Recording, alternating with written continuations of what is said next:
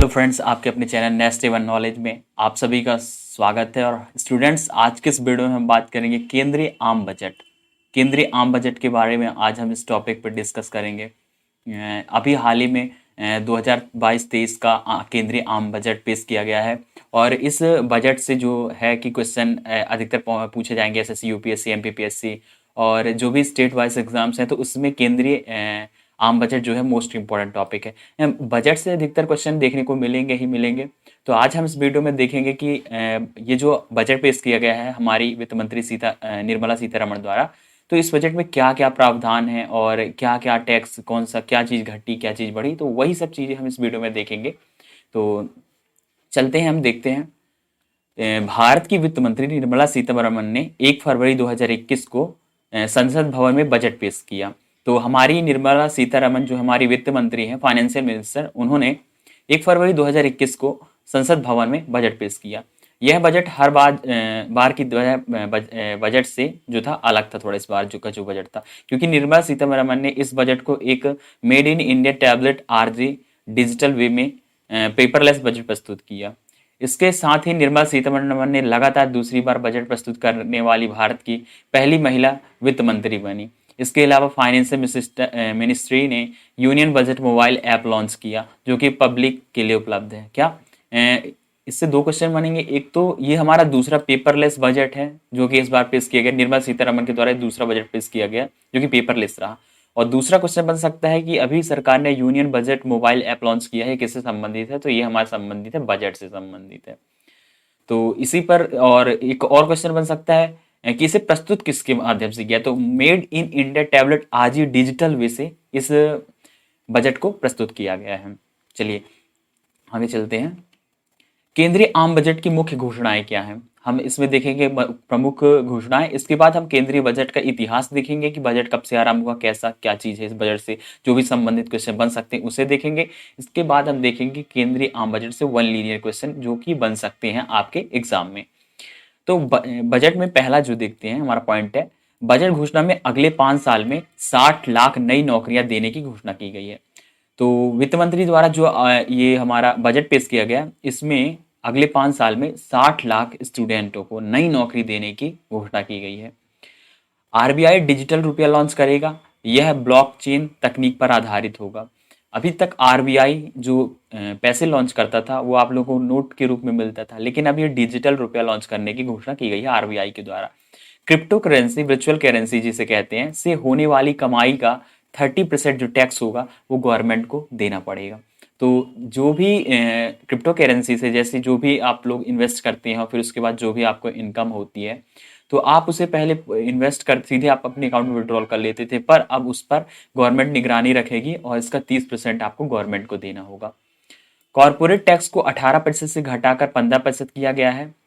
और दूसरा है हमारा इनकम टैक्स में सवार कोई भी बदलाव नहीं किया जाएगा, कि जो इनकम टैक्स रिलेटेड जो भी टर्म्स और कंडीशन थी उसमें इस बार कोई बदलाव नहीं किया गया है।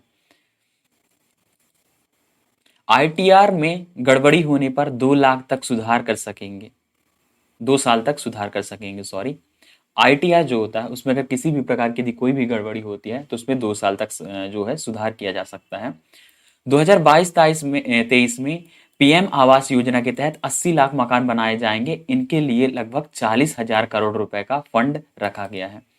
आने वाला जो हमारा 22-23 है उसमें पीएम आवास योजना के अंतर्गत 80 लाख मकान बनाने का प्रावधान रखा गया है। इसके तहत 48,000 करोड़ रुपए जो है उसके लिए फंड दिया गया है, कि 80 लाख मकानों के लिए ये फंड जारी किया गया है पीएम आवास योजना के तहत। अगला पॉइंट है हमारा 3.8 करोड़ घरों को हर घर नल से जल योजना से जोड़ा जाएगा। इसके लिए 60,000 करोड़ रुपए जारी किए गए हैं। ये हमारा पॉइंट में बताया गया है कि जो 3.8 करोड़ घरों को कौन सी योजना के तहत, हर घर नल से जल योजना के तहत जोड़ा जाएगा। इसके लिए 60,000 करोड़ रुपए का प्रावधान किया गया है। केन बेतवा नदी को जोड़ने की परियोजना, यह परियोजना 44,000 करोड़ रुपए की लागत से शुरू होगी। केन बेतवा जो नदी है उसको जोड़ने के लिए एक परियोजना बनाई जाएगी जिसे केन बेतवा परियोजना कहेंगे। 44,000 करोड़ रुपए इसके लिए सरकार के द्वारा दिया जाएगा। एमएसपी में अब सीधे किसानों के खाते में भेजी जाएगी। जो भी एमएसपी होती है वो अब सीधे किसानों के खाते पे भेजी जाएगी। बड़े पैमाने पर ई वाहनों में चार्जिंग स्टेशन नहीं मिल पाते हैं क्योंकि जगह की कमी है, इसलिए बैटरी अदला बदली नीति, जिसे बैटरी स्वैपिंग पॉलिसी कहते हैं, तो हमारी गवर्नमेंट के द्वारा एक और मोस्ट इम्पोर्टेंट जो है प्रावधान किया गया है कि अगर हम किसी भी प्रकार से क्या बोलते हैं, अभी हाल ही में हमारी गवर्नमेंट ने कहा कि जैसे जो भी हमारे इलेक्ट्रिकल व्हीकल्स होते हैं उनके लिए जो होता है चार्जिंग की प्रोसेस जो होती है वो बहुत ही मुश्किल है भारत में, क्योंकि चार्जिंग स्टेशन इतने हैं नहीं। तो उनके लिए अब कुछ बैटरी स्टेशन खोले जाएंगे जिसमें बैटरी की वो अदला बदली कर सकते हैं, अर्थात उनकी जो बैटरी डिस्चार्ज हो जाएगी उसे वहां पर रखेंगे और दूसरी बैटरी चार्ज को एक्सचेंज करेंगे, इस तरह के। दूसरा देखते हैं, डायमंड और ज्वेलरी पर कस्टम ड्यूटी घटाकर 5% कर दी गई है। इसके अलावा खेती से जुड़े सामान को सस्ता किया जाएगा। इलेक्ट्रॉनिक्स पर लगने वाले टैक्स में छूट दी जाएगी। केंद्र और राज्य सरकार के कर्मचारियों के लिए टैक्स में कटौती की दर को 10% से बढ़ाकर 14% कर दिया गया। दिव्यांगों के माता पिता को टैक्स में छूट दी जाएगी। कर्मचारियों की पेंशन में टैक्स पर छूट दी जाएगी। कॉरपोरेट कॉर्पोरेट जो चार्ज था उसे 12% से घटाकर 7% कर दिया जाएगा। साल 2023 में मोटा अनाज वर्ष घोषित किया गया है, और किसको, 2023 को जो है मोटा अनाज वर्ष घोषित किया गया है 2023 को। तिलहन के उत्पादन को बढ़ाने की दिशा में काम किया जाएगा सरकार के द्वारा। किसानों को डिजिटल सर्विस मिलेगी, जो हमारे भारतीय किसान हैं उन्हें डिजिटल सर्विस दी जाएगी। सिंचाई पेयजल सुविधाएं बढ़ाने पर जोर दिया जाएगा। और गंगा नदी के किनारे 5 किलोमीटर चौड़े गलियारों में किसानों की जमीन पर फोकस के साथ पूरे देश में रासायनिक मुक्त प्राकृतिक खेती को बढ़ावा दिया जाएगा। रेलवे छोटे किसानों और उद्यमियों के लिए कुशल लॉजिस्टिक विकसित करेगा। और स्थानीय उत्पाद की सप्लाई चेन बढ़ाने के लिए एक स्टेशन एक उत्पाद योजना शुरू की जाएगी। 3 साल में 400 नई पीढ़ी की वंदे भारत ट्रेन चलाई जाएगी। एक साल में 25,000 किलोमीटर हाईवे का विस्तार किया जाएगा हर वर्ष। हाईवे के विस्तार पर 20,000 करोड़ रुपए का खर्च होगा और 8 नई रोपवे का निर्माण किया जाएगा। और अगले 3 साल में 100 पीएम गति शक्ति कार्गो टर्मिनल विकसित किया जाएगा। 1+1 टीवी चैनल का विस्तार होगा। इसके तहत 12 से 200 टीवी चैनल पर विस्तार किया जाएगा। सभी राज्यों में 1 से 12 साल के बच्चों को उनकी भाषा में शिक्षा मिल सकेगी। राज्यों की मदद के लिए 1 लाख करोड़ रुपए के लिए दिए जाएंगे, और इसमें राज्यों को 50 साल के लिए बगैर ब्याज कर दिया जाएगा। और ये मोस्ट इंपॉर्टेंट है हमारा, 5G की लॉन्चिंग के लिए स्कीम लाई जाएगी। सभी गांवों लोगों तक इंटरनेट की पहुंच होनी चाहिए। इसी वित्त वर्ष में 5G सर्विस शुरू होगी। डिजिटल विश्वविद्यालयों की स्थापना की जाएगी। इस बजट में पूर्वोत्तर की विकास के लिए 1500 करोड़ रुपए का आवंटित किया जाएगा। वित्त वर्ष 2021-22 में राजकोष का जो घाटा है 6.7%, उसे 22-23 में राजकोषीय घाटा 6.4% रहने का अनुभव है, जो कि 6.9 रहा। ई पासपोर्ट जारी किया जाएगा जो कि चिप पर आधारित होगा। मौजूदा साल में जीडीपी ग्रोथ 9.27% रहने का अनुमान है। अब चलते हैं हम अपने वन लीनियर क्वेश्चंस की ओर। हमारा फर्स्ट क्वेश्चन है कि भारतीय बजट व्यवस्था का जनक किसे कहा जाता है। इसमें हम बजट का इतिहास देख रहे हैं। इसके बाद हम वन लीनियर डिस्कस करेंगे, जिसमें हम इस बजट से रिलेटेड जितने भी क्वेश्चन बन सकते हैं उसे हम डिस्कस करेंगे। भारतीय बजट व्यवस्था का जनक किसे कहा जाता है, तो जेम्स विल्सन को भारतीय बजट का जनक कहा जाता है। बजट शब्द की उत्पत्ति किस भाषा से हुई है, तो ये फ्रेंच भाषा से हुई है। और शब्द अंतिम बजट का प्रयोग पहली बार किसने और कब किया था, तो आर सन्मुख चेट्टी के द्वारा 1948-49 के अपने बजट भाषण में किया गया था। और किस वर्ष में बजट को भारत का ब्लैक बजट कहा गया, उत्तर है इसका सन 1973-74 के बजट को। क्वेश्चन नंबर 5वां है, हमारे देश की पूर्णकालीन महिला मुख्यमंत्री कौन बनी है, तो ये हमारी बनी है निर्मला सीतारमन। क्वेश्चन नंबर 6वां है, सन 73-74 के बजट को भारत का ब्लैक बजट क्यों कहा जाता है, तो इसका आंसर जो है कि क्योंकि जो 1973-74 के दौरान बजट का घाटा 550 करोड़ रुपए था, इस वजह से। क्वेश्चन नंबर हमारा 7 है, स्वतंत्र भारत का पहला बजट किसने और कब पेश किया था? तो आर के सटमुखम चेट्टी ने 26 जनवरी 1947 को यह बजट पेश किया था। क्वेश्चन नंबर 8 है, भारत में सबसे अधिक बार बजट पेश करने वाला रिकॉर्ड किस वित्त मंत्री के हाथ में है? तो यह वित्त मंत्री मोरारजी देसाई के हाथों पर है। इन्होंने 10 बार भारत में बजट पेश किया है। क्वेश्चन नंबर 9 है हमारा, वार्षिक वित्तीय विवरण का जिक्र संविधान के किस अनुच्छेद में किया गया है? तो अनुच्छेद 112 में इसका जो है वो किया गया है। 10वां, बजट शब्द का अर्थ क्या होता है? चमड़ी का थैला जो होता है वह बजट शब्द का अर्थ होता है। भारत में पहली बार कारपोरेट टैक्स की शुरुआत कब और किसके द्वारा की गई थी? तो 1987 में बजट में राजीव गांधी के द्वारा जो प्रस्तुत किया गया था उसमें कारपोरेट टैक्स की शुरुआत की गई थी। क्वेश्चन नंबर 12 है, संविधान के किस अनुच्छेद में बजट शब्द का प्रयोग हुआ है? तो इसका राइट आंसर है किसी भी अनुच्छेद में बजट शब्द का प्रयोग नहीं हुआ है, बल्कि इसे इसकी जगह बजट शब्द की जगह वार्षिक वित्तीय विवरण का उपयोग किया गया है। संविधान में बजट शब्द की जगह कौन सा शब्द प्रयोग किया गया? हिंदी में वार्षिक वित्तीय विवरण और इंग्लिश में एनुअल फाइनेंस स्टेटमेंट का वार्षिक वित्तीय विवरण और एनुअल फाइनल स्टेटमेंट वर्ड्स का यूज किया गया। क्वेश्चन नंबर 14, भारत में पहली बजट कब और किसने पेश किया था? तो इसका राइट आंसर हमारा 18 फरवरी 1860 में ईस्ट इंडिया कंपनी के जेम्स विल्सन ने पहली बार बजट को पेश किया था। कब? 18 फरवरी 1860 को ईस्ट इंडिया कंपनी के जेम्स विल्सन ने किया था। क्वेश्चन नंबर 15 की बात करें तो भारत में कितने प्रधानमंत्री ने प्रधानमंत्री पद में रहते हुए वार्षिक बजट दिया है? तो 3 प्रधानमंत्री, जैसे जवाहरलाल नेहरू, राजीव गांधी और इंदिरा गांधी, जो कि अपने प्रधानमंत्री होते हुए ही बजट पेश किया है। वार्षिक वित्तीय विवरण का जिक्र भारतीय संविधान के अनुच्छेद 112 में किया गया है। संविधान में बजट शब्द का जगह क्या शब्द प्रयोग किया है? तो एनुअल फाइनेंशियल स्टेटमेंट का यूज किया गया है।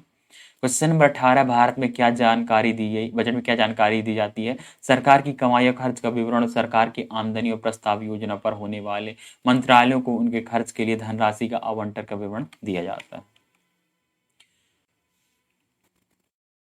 अब हम आगे देखेंगे कि हमारे वर्तमान में जो अभी बजट प्रस्तुत हुआ है उससे रिलेटेड जो भी क्वेश्चन बन सकते हैं वो हम देखेंगे अभी आगे। चलिए, तो हम अब अपने वीडियो में आ चुके हैं वन लीनियर बजट 2022-23 पर, जो भी मोस्ट इंपॉर्टेंट क्वेश्चंस बन सकते हैं तो वो हम देखेंगे। हमारा फर्स्ट क्वेश्चन है, हाल ही में केंद्रीय बजट 2022-23 किसके द्वारा पेश किया गया था? तो इसका राइट आंसर है वित्त मंत्री निर्मला सीतारमण जी के द्वारा। क्वेश्चन नंबर सेकंड है, वर्ष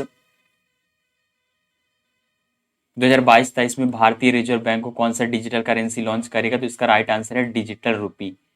जो है भारतीय रिजर्व बैंक कौन सा डिजिटल करेंसी? तो डिजिटल रुपी इसका राइट आंसर है। 2022-23 में वित्त मंत्री वर्ष के दौरान कितने लाख नए मकान बनाए जाने की बात की? तो इसका राइट आंसर है 80 लाख। क्वेश्चन नंबर फोर्थ है, पीएम ई विद्या के 1+1 टीवी चैनल कार्यक्रम को 12 से बढ़ाकर किया जाएगा? तो इसका राइट आंसर है 200। क्वेश्चन नंबर 5 है, क्रिप्टो करेंसी और एनएफटी से होने वाली आय पर कितने प्रतिशत टैक्स लगाने का ऐलान किया गया? तो इसका राइट आंसर है 30%। प्रश्न छठवां है, बजट 2022-23 किस वित्तीय वर्ष के लिए पेश किया गया है? तो ये 22-23 के लिए पेश किया गया है। क्वेश्चन नंबर 7 में हमारे वित्त मंत्री निर्मला सीतारमण जी ने देश की शिक्षा को प्रदान करने के लिए किस यूनिवर्सिटी का गठन किया है? इसका राइट आंसर है डिजिटल यूनिवर्सिटी का। क्वेश्चन नंबर है हमारा, वित्त मंत्री ने निर्मला सीतारमण जी के अनुसार भारत की विकास दर 2022-23 में कितनी रहने की फीसदी है? तो 9.27 फीसदी। क्वेश्चन नंबर 9 है हमारा, अब तक कितनी बार संसद में पेपरलेस बजट पेश किया जा चुका है? तो इसका राइट आंसर है 2 बार। क्वेश्चन नंबर 10 है हमारा, प्रथम बार कब पेपरलेस बजट पेश किया था? ये किया गया था 2021-22 में जो बजट पेश किया गया था। वित्त मंत्री निर्मला सीतारमण जी ने के अनुसार रक्षा के क्षेत्र में कितने प्रतिशत भारतीय कंपनियों के लिए सुरक्षित होगा? तो इसका राइट आंसर है भारत क्या का 68% जो होगा देश की सुरक्षा के लिए संरक्षित रहेगा इसका राजकीय कोष से। वर्ष 2022-23 का बजट कितने खंभों पर आधारित है? तो इसका 4 पिलर्स पर आधारित है ये वर्ष जो है 23-24 का 22-23 का बजट। और वर्ष 2022-23 के बजट का 4 स्तंभ कौन कौन से हैं? तो इंक्लूसिव डेवलपमेंट, सेकेंड है हमारा प्रोडक्टिव इन्हेंसमेंट, फोर्थ है हमारा एनर्जी ट्रांजिशन एंड फोर्थ है हमारा क्लाइमेट एक्शन। 4 नंबर का केंद्रीय बजट 2022-23 संसद में कब पेश किया गया? तो उसका राइट आंसर है 1 फरवरी 2022 को। और क्वेश्चन नंबर हमारा 16 है, डिजिटल यूनिवर्सिटी का निर्माण किस मॉडल के आधार पर किया जाएगा? तो इसका राइट आंसर है सब एंड स्कोप मॉडल के आधार पर जो है इसका डिजिटल यूनिवर्सिटी का निर्माण किया जाएगा। क्वेश्चन नंबर 17 है, पूर्वोत्तर के विकास के लिए किस नई योजना का शुभारंभ किया गया है? तो इसका राइट आंसर है पीएम विकास पहल का पूर्वोत्तर के विकास के लिए नई योजना का शुभारंभ किया गया है। क्वेश्चन नंबर 18, वित्त मंत्री निर्मला सीतारमण जी के अनुसार 2022-23 के बजट में पूर्वोत्तर विकास के लिए कितने करोड़ रुपए का आवंटित किए गए हैं? तो इसका राइट आंसर है 15,100 करोड़ रुपए। क्वेश्चन नंबर 19 है, वित्त मंत्री नीला सीतारमण जी के अनुसार अगले 3 सालों में नई पीढ़ी में कितने वंदे भारत ट्रेन की विकसित की जाएंगी? तो इसका राइट आंसर है 400 वंदे भारत ट्रेन चलेंगी। 20 है हमारा, 22-23 के वित्त वर्ष के दौरान कॉरपोरेटिव टैक्स 18% से बढ़ाकर कितना कर दिया गया है? तो इसका राइट आंसर ये 18 से जो घटा कर है वो 16 कर दिया गया है, ये सॉरी 14% कर दिया गया है। यहाँ पर थोड़ा सा मिस प्रिंट है, सॉरी, वित्त वर्ष कॉर्पोरेट टैक्स बढ़ाकर 15% कर दिया गया है, ये हमारा यहाँ पर थोड़ा सा टाइपिंग मिस्टेक हो चुकी है। क्वेश्चन 21 से 2022 तक की वित्त वर्ष के दौरान कॉर्पोरेट टैक्स पर सर्च जो खर्च है 12 से घटकर कितना हुआ? 7% हो गया। केंद्र सरकार 2022-23 में न्यूनतम समर्थन मूल्य मिनिमम सपोर्ट प्राइस एमएसपी पर गेहूं और धान की खरीदी के लिए कितने लाख करोड़ रुपए का भुगतान किया है? 2.37 लाख करोड़। भारतीय कैपिटल गुड्स इंपोर्ट पर अब कितने प्रतिशत की दर से इंपोर्ट ड्यूटी लगाई जाएगी? 7.5% की दर से। वित्त मंत्री निर्मला सीतारमण के अनुसार 5G स्पेक्ट्रम की बिलामी किस वर्ष की जाएगी? सॉरी, इसी वर्ष 2022 में। और 26 से किस मॉडल से रेलवे का विस्तार किया जाएगा? तो इसका राइट आंसर पीपीपी मॉडल से। 27 से वित्त मंत्री निर्मला सीतारमण जी के अनुसार अगले 5 सालों में कितने लाख नई नौकरियां बनने की संभावना है? तो 60 लाख नई नौकरियां। डिजिटल भुगतान को बढ़ावा देने के लिए देश भर में कितने डिजिटल बैंक शुरू किए जाएंगे? 75 डिजिटल बैंक स्टार्ट किए जाएंगे। 29 वित्त मंत्री निर्मला सीतारमण जी के अनुसार 2022-23 के केंद्रीय बजट को किस वर्ष के रूप में मानने की घोषणा की गई? अंतर्राष्ट्रीय मोटा अनाज वर्ष के रूप में। और 30 हमारा, भारत में 5G सेवा शुरुआत किस वर्ष से की जाएगी? तो इसका राइट आंसर है अगले साल 2023 से। वित्त मंत्री निर्मला सीतारमण जी के अनुसार किस वर्ष तक देश के सभी गांवों तक और ऑप्टिकल फाइबर पहुंचाई जाएंगी? तो वर्ष 2023 तक। और 32 नंबर है, स्थानीय कारोबार को बढ़ावा देने के लिए किस योजना को बढ़ावा दिया जाएगा? तो एक स्टेशन एक उत्पाद योजना को। और 33 है, ई पासपोर्ट को किस वर्ष तक लॉन्च किया जाएगा? तो ये 2022 तक। और सूक्ष्म लघु मझोले उद्योगों की रेटिंग के लिए कितने हजार करोड़ रुपए का कार्यक्रम को अगले 5 वर्षों में शुरू किया जाएगा? तो इसका राइट आंसर है 6,000 करोड़ रुपए। तो ये था हमारा बजट, हमने इसमें बजट 2023 का कंप्लीट डिस्कशन किया है। अब इससे जो भी क्वेश्चन बनेगा आप उसे इजीली अटेम्प्ट कर लेंगे। तो thanks for watching, like share subscribe करना ना भूलें। सब्सक्राइब करने से होगा क्या कि मेरे आने वीडियोस आपको मिलते रहेंगे। चैनल में पहली बार तो है तो चैनल सब्सक्राइब कीजिए, हमारी प्लेलिस्ट में जाकर और भी जीके की मोस्ट इंपॉर्टेंट वीडियोस देख सकते हैं। और जनरल साइंस के भी वीडियोस हमने डाले हैं।